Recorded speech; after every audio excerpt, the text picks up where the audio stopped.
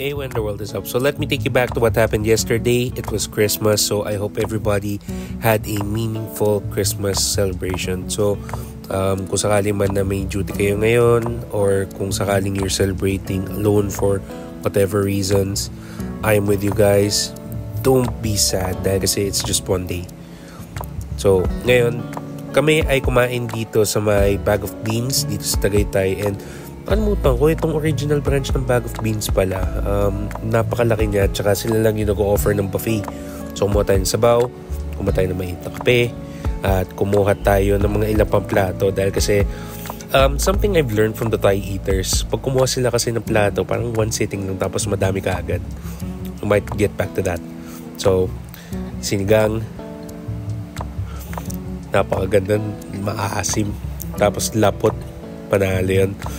So let's get to the salmon, baked salmon, with some rice just rounded out.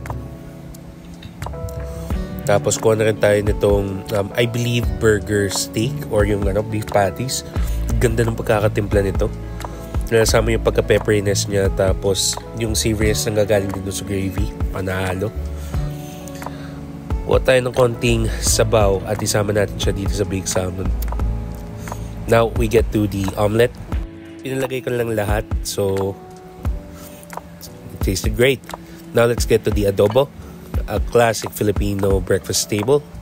Tapos samahan na rin natin siya ng salted egg with a little bit of tomatoes. Isang kagat. That's a satisfying bite. That was good. Tapos panghimagas, some flan. Napaka-refreshing. That was good. So pagkatapos nun, we head out. So mula sa Bag of Beans, kami ay dumiretso na papuntang Manila.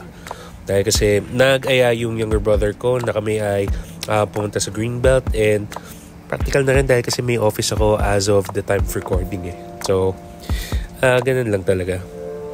Ngayon, we braved the rain, and I hope everybody who was traveling yesterday ay hindi masyado nahirapan or hindi man nabasa. Pagdating namin dito sa Makati, buti na lang walang traffic. So mabilis lang, mga pretty much an hour and a half. So pagdating namin dito sa may side ng Ayala, kami ay pinagmamasdan-masdan lang din yung mga scenery. So iba talaga yung hits sa Makati pag walang traffic ba. So pagkataas namin, kami ay pumunta na muna dito sa may bandang Greenbelt Chapel. Yes, attended mass. And habang nag-aantay, I figured, dahil kasi inaantok ako, pumunta ako sa Starbucks.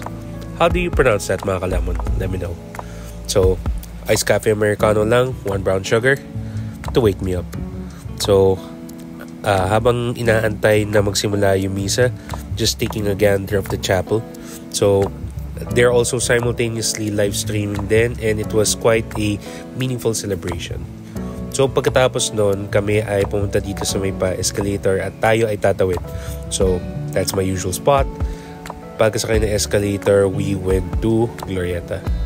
The rain gives you that cozy vibe eh. It hits different talaga, no?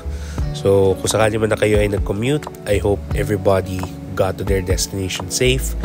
Tayo naman ay naglakad, so ang dami pa rin mga tao na nandito sa mall. So I guess sinusulit lang din yung mga oras na walang pasok para mga gala.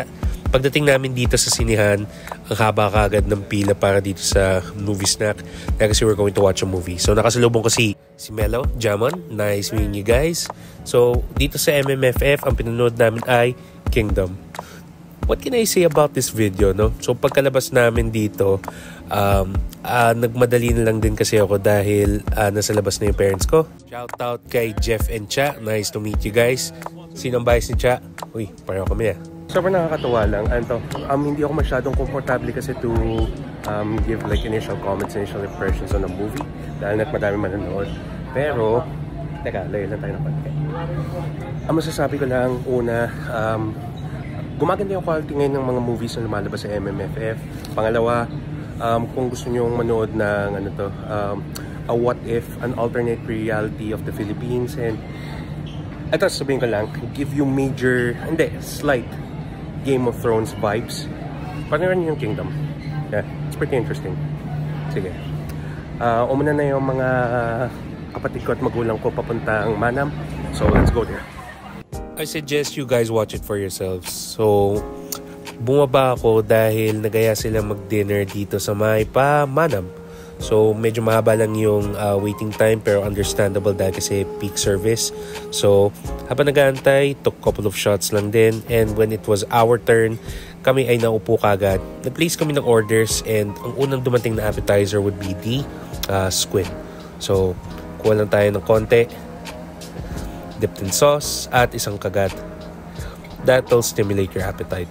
So, dumating ang house sisig. Of course, mayroong kanin because kanin is life. Kumuha na konting crispy pata, isang kagat. Hits the spot, dude. So, sumahan din natin ng kanin just round it out. That was good. So, of course, gising-gising at saka kumuha na rin tayo ng sisig para balance daw, no? With rice to round it out for that perfect bite. Yes, sir. Panalo yun. So, just ended the night. Naglalakad lang din. Pagkabalik dito sa may sasakyan, drove papunta dito sa Taft and called it a night.